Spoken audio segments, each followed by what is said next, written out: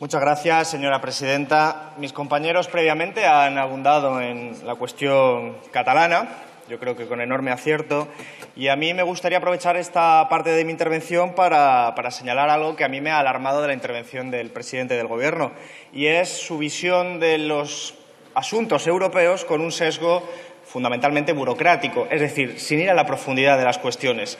Yo creo que eso es un problema porque deberíamos ver el Brexit como un síntoma. Yo creo que el señor Sánchez así lo hace, pero creo que falla en profundizar un poquito más. Los motivos que llevaron a los ciudadanos del Reino Unido a votar por el Brexit son complejos, son dispares, pero no cabe ninguna duda de que hay que estar alerta ante esa señal de alarma que significa en última instancia un proceso de descomposición de la actual Unión Europea. Tenemos que ser conscientes de que hay élites económicas, políticas, que preferirían repetir la votación, quizás incluso a usted mismo. No sería la primera vez. En anteriores veces, algunos pueblos, como el de Países Bajos, el de Francia o el de Irlanda, ya votaron en contra de esta construcción de la Unión Europea.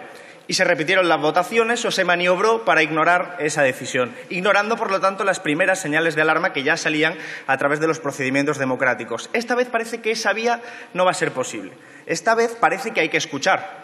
Y, por lo tanto, lo que tenemos que ser conscientes es de que escuchar significa escuchar todo el clima que lleva las revueltas en Francia, el ascenso de la extrema derecha, los efectos negativos de la consecuencia de la austeridad, todo esto que las instituciones europeas, sean de la Unión Europea o de la zona euro, no han querido escuchar. Banco Central Europeo, por ejemplo, con todo el poder que maneja, poder superior incluso al de este Parlamento, y, sin embargo, han sido incapaces de prever todo este tipo de circunstancias. Por lo tanto, hay un nivel de incompetencia fundamental aquí que hay que revisar.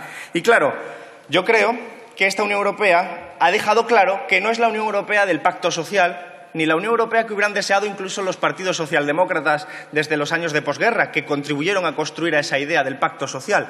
Esta Unión Europea es la Unión Europea del neoliberalismo, la Unión Europea en beneficio de los intereses de los grandes capitales, especialmente de los grandes capitales de los países del centro, como Alemania. Es una Unión Europea que tiene una arquitectura defectuosa, una arquitectura contra las mayorías sociales que, de forma pluriforme, acaban mostrando síntomas de agotamiento con estos procesos. Y, por lo tanto, se espera de un gobierno progresista que plantee algún tipo de alternativa a estos problemas de fondo. Y no nos quedemos en cuestiones sobre cómo gestionar la salida del Brexit, sino explorar qué es lo que está fallando en la Unión Europea para que cada vez en más partes de Europa lo que haya sean síntomas claros del agotamiento de esta actual Unión Europea. Por eso termino ya.